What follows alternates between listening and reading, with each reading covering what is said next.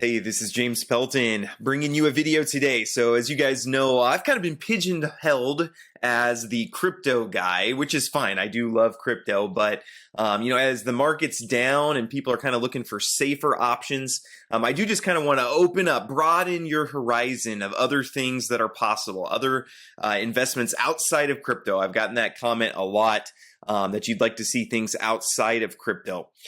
So what I wanted to talk to you today is about investing in wine. And I'm a big fan of investing in assets, non-correlated assets. So basically, when most of my holdings are down, what is going to stay higher, okay? So consumables tend to be non-correlated. So like when stocks go down, alcohol, tobacco, cannabis, those types of things tend to stay up. Okay, so I like investing in those types of things. That way, if there's a recession, people still tend to buy alcohol and it tends to hold its value very well. So, and if you like me getting out of crypto and focusing on some other investment types, please hit the like button. Leave a comment below. What other types of investments would you like me to kind of show you that's out there? All right, so first off, well, why wine? Why would you want to get into wine? And really the main reason, kind of what I mentioned before, is that it is, well, first off, it's beat the stock market. So they have an index of wines that it averages 10.6% annually. Okay, so it beats the stock market by a couple percent. And like I said, it's not correlated. So like when stocks all went down in 2020, stocks were down 30%. The wine market stayed exactly where it was. 2008, which was a huge crash, stocks went down about 60% and wine was only down about 5%. Okay. So again, it's beats the stock market. It is not correlated to the stock market. And then obviously you're not going to get as high of returns as you get in crypto. But it's much, much, much safer, okay? Because you're not investing in just digital assets. Digital assets are great. I love digital assets. But you have a real asset, a bottle of wine, is going to be much, much, much safer. And wine is by nature deflationary. First off, because people drink it, right? That's the most deflationary thing that could happen is, if you have a bottle of 2019 Merlot from Napa Valley or something. I actually don't know that much about wine. Which is why I want to talk about Vinovest here.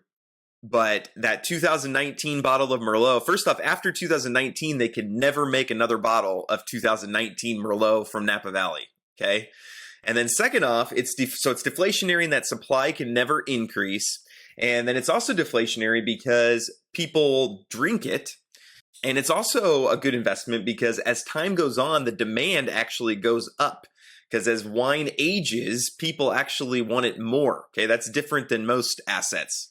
Your car, for example, a 2017 car is less desirable than a 2022 car, but wine's the opposite, right? 2017 is going to be more valuable than a 2022. And also, it's just kind of fun to be invested in wine and things like that. I think it's interesting. If you have any interest in wine, you like to learn about it, then it's a very interesting investment rather than just, a index fund in the stock market is kind of boring. So, and then investing in wine is usually pretty challenging. First off, because it's hard to store it at the right temperature. Second off, you don't know what kind of wine to get. You don't know what wine is going to hold its value. What wine is, if you go buy a $4 bottle of barefoot wine from the gas station, it's probably not going to be worth $8 in a year, okay? That's not, so you have to kind of know which wine is the best to get, how long before it's ideal time to sell.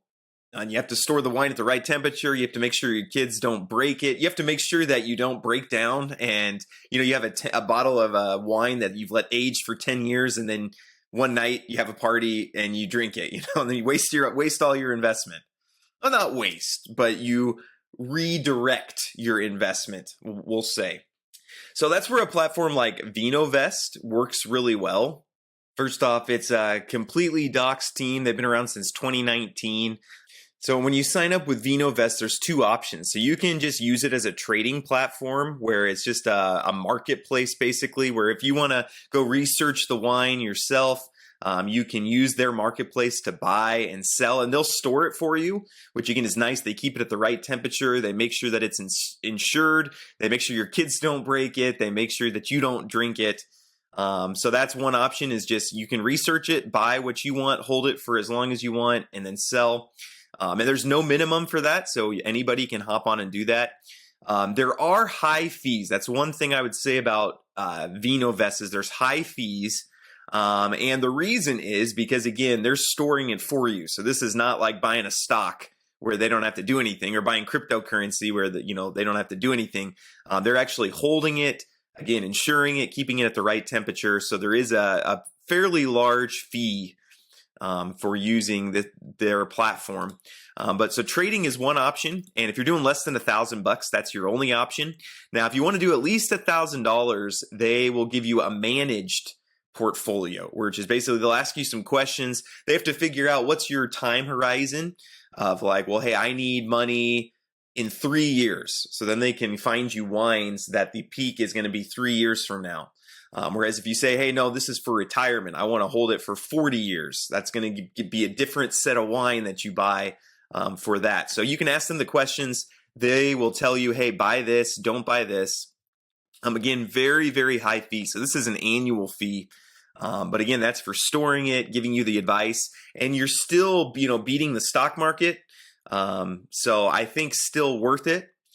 And one thing you have to think about if you're, going to try to get around these fees by storing it yourself, when you go to sell your wine, there's a lot of documentation that you have to do to show, hey, it was stored at this temperature, things like that. And they take care of all that. So personally, I would not try to invest in wine myself. If I would use a platform like Vinovest.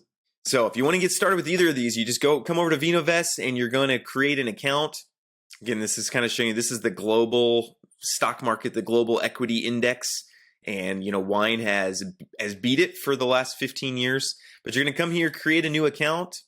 You can sign up with Google, Apple. Once you get into your account, then you're going to go ahead and add funds. And again, you're going to decide if you want to just do trading for yourself or managed. You can pay with credit card, or you can connect your bank account. Again, the managed portfolio, the minimum is $1,000. Once you go ahead and add this, they'll set up a call just to kind of get your, goals and what you're trying to get out of it. If you want to do the trading yourself, this is kind of what it looks like. So again, you have to go do some research. And again, this is not something that I would do. I don't want to be an active wine trader, but if you really enjoy wine and want to, a lot of times investments are a good way to learn about something. Once you have some money in it, it makes you very motivated to learn more about it. If you do the managed plan, again, you're going to set up a call to kind of get your goals. But again, they have aggressive or conservative or moderate goals that you can do there. So very cool platform. It's kind of opened up wine investing to average people. This used to just, again, be something that was just for the wealthy, where they could invest in wine like this. And now it's open to everyone. So whether if you have $1,000 or even less than that, you can get involved in wine investing. So very cool platform. I also they are releasing a new platform. It's Whiskeyvest.co. So maybe I'll do a separate video for this. This is not out yet. You can request early access, but it's the same team, but instead of wine, they're doing whiskey. So again, it's similar returns. So again, if it's something that you want to learn more about, or you really enjoy whiskey, then again, this will be coming out soon. So I'll leave a link to that as well. So I hope this was helpful for you. Again, if you like seeing these alternative investments, please do leave a like.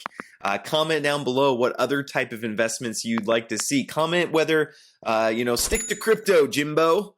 Comment that if you'd like me to only do crypto. I like to see your feedback. I might ignore your feedback, but I like to at least hear it, and I bring it in and then make a decision. So appreciate you guys, and I hope you all have a great rest of your day.